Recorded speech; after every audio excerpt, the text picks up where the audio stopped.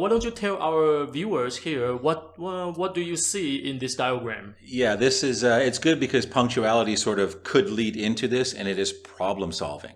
Okay, in a work environment, how do Westerners versus Asian cultures solve problems? And this diagram is really good. It's got white footsteps going straight across a black dot, showing the Western style of dealing with the problem. You go to the problem, you go through the problem, you deal with it head on. Right. Whereas the Eastern one has the footsteps going right around the problem, like it's not even there. Right. Well, I guess the cultural rationale behind this is direct vs indirect, right? Yeah. In reasoning or in thinking style, direct vs indirect. So I guess here Western culture is more direct, and then for Asian culture or Taiwanese culture, we are more indirect. Well, there's a saying in English, and then I hear like foreigners or like Mark describing the way Taiwanese do things is beating around the bushes. Is that how beating around the bush? Yeah. So that means that we never get right to the point. We were like, talk. So but what's your point? I would say it's Max. It's way more than that. Beating around the bush means you're on topic and you're skirting the issue. You're not saying exactly what you want to say. This talks about avoiding it altogether. Completely avoiding the problem. Okay. Beating around the bush is, it's like you're asking your parents that you want to borrow the car for the weekend, but you're like, hey, mom and dad, are you guys busy? So you want something, but you're not being direct. This is a complete avoidance of a problem. Okay. So it's a little bit different. So we don't want to talk about the elephant in the room, something like that. Yeah, it's the more apt expression is out of sight, out of mind. Out of sight, out of mind. If the problem is not looked at or avoided, well, it must not be there. Okay. Hey, can you share with us any experience you have or stories you have in a situation like this, problem solving? It happens all the time. I'm sure. It is just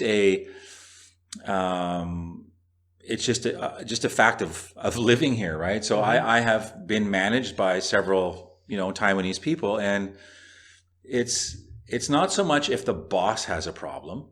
The boss will tell you directly if they've got a problem. Okay. It's usually more of either a peer problem or mm-hmm. if you're going above you to express a problem. And in a Western culture, one of the things a boss will always say is, "My door is always open."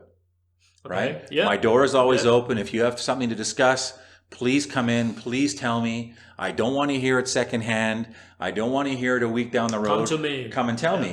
I mean, you might not get the answer you want, right? The boss is still the boss, and they might disagree with you, but the door is always open, mm-hmm.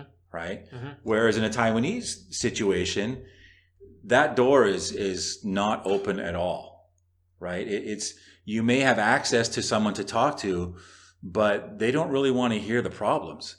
And it's almost by you bringing up a problem, you are the problem.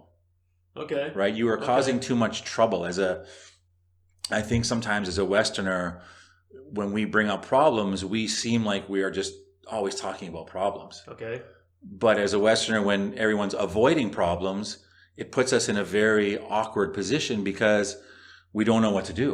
Mm-hmm. Like, okay, well, are we not going to solve this? And it builds and it builds and it builds. So the more you avoid the problems, it gets like a bigger circle. You have to keep going around and around and farther. Mm-hmm. So we think from an efficiency standpoint, let's deal with the problem, even big or small. So maybe you can tell me why is it that people are afraid to deal more directly with problems in a workspace, right? In a workspace, in a business setting. In Taiwanese culture, we have this same, but then again, things are different right now. But in a more traditionalist mm-hmm. cultural boss mindset or that kind of work setting, there's a saying called a nail that jump out will be hammered down. Yeah. Yeah. Yeah. and then I can give you a Western idiom that is opposite of that. Squeaky wheel gets the grease. See, right? I mean, something that makes a noise will get taken care of. Right. It's a complete opposite. Well, but I have to say we're kind of moving toward that direction right now. Okay. So back in the old days, it was like, well, I mean, it's just I'm just a small me in a big group. Mm-hmm. So why do I want to say something? Okay, who am I? Okay, I'm just an employee. Okay, so if I observe some problems, okay, I'll keep my mouth shut. Okay, but I think that is changing right now. So younger generation, they are getting more and more vocal, more and more. They are more willing to solving the problem directly. Okay, but not up to a Western standard thinking style yet. Okay, but I have to say, in the Taiwanese business setting, okay, we are getting more and more westernized in terms Hmm. of to improve the job efficiency, to work efficiency right here. Okay.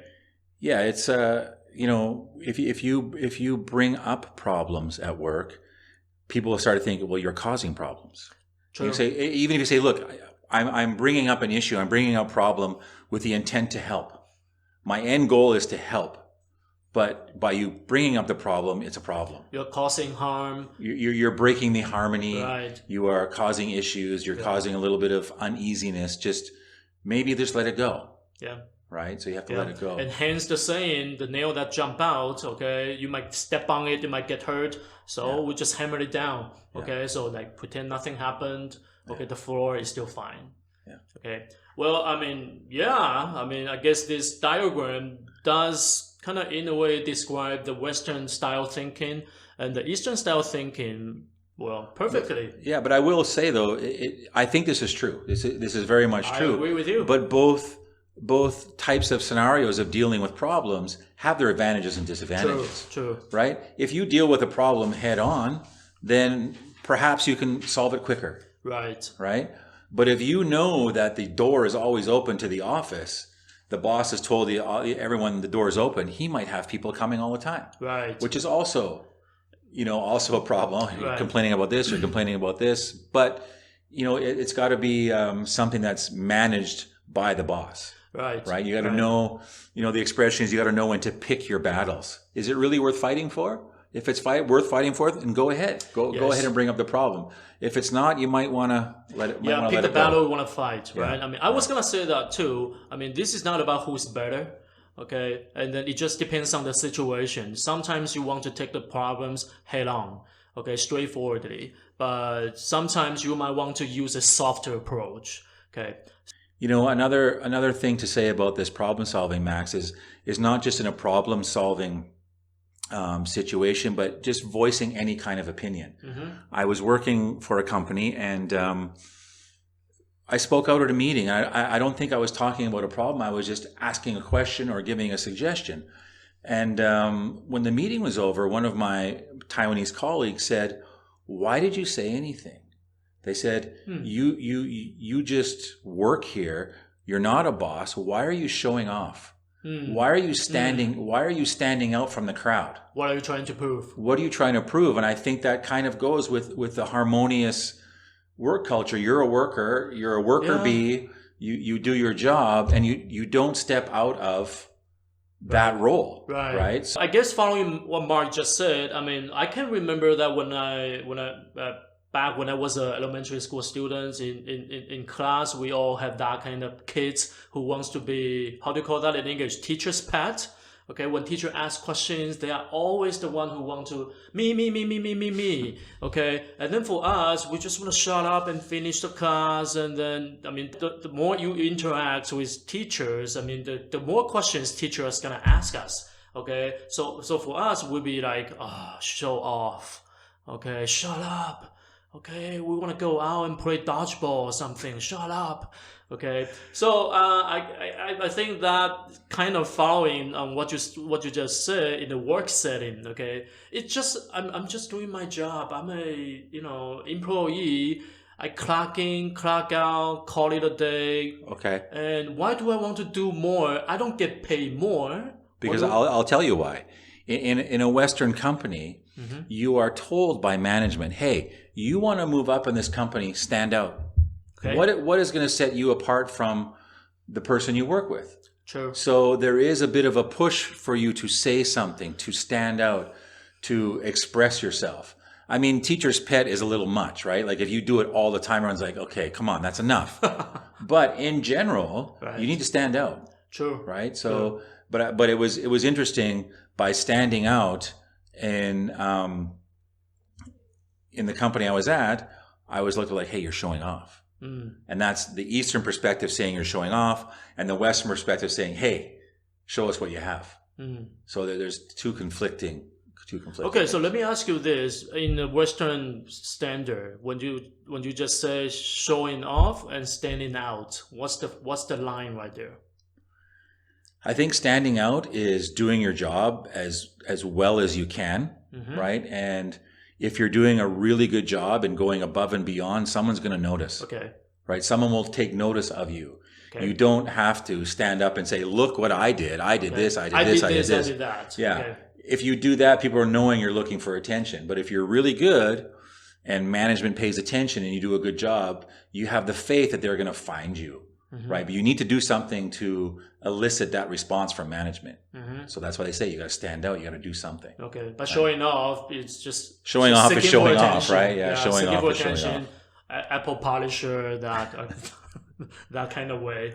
Yeah. Okay. So I guess we can learn a little bit from that. I mean, for me, I'm not gonna say this for all the Taiwanese or like representative of a Taiwanese culture, but for me, I mean, when I went to school in US, I did pick up a little bit of that, okay? Because I think for me, that would do me good, okay? So I wouldn't, if it comes to the time I need to stand out, okay? I need to do a little bit more, okay? I wouldn't back down, okay? I wouldn't be shy, okay? Even though, people might say, hey, show off.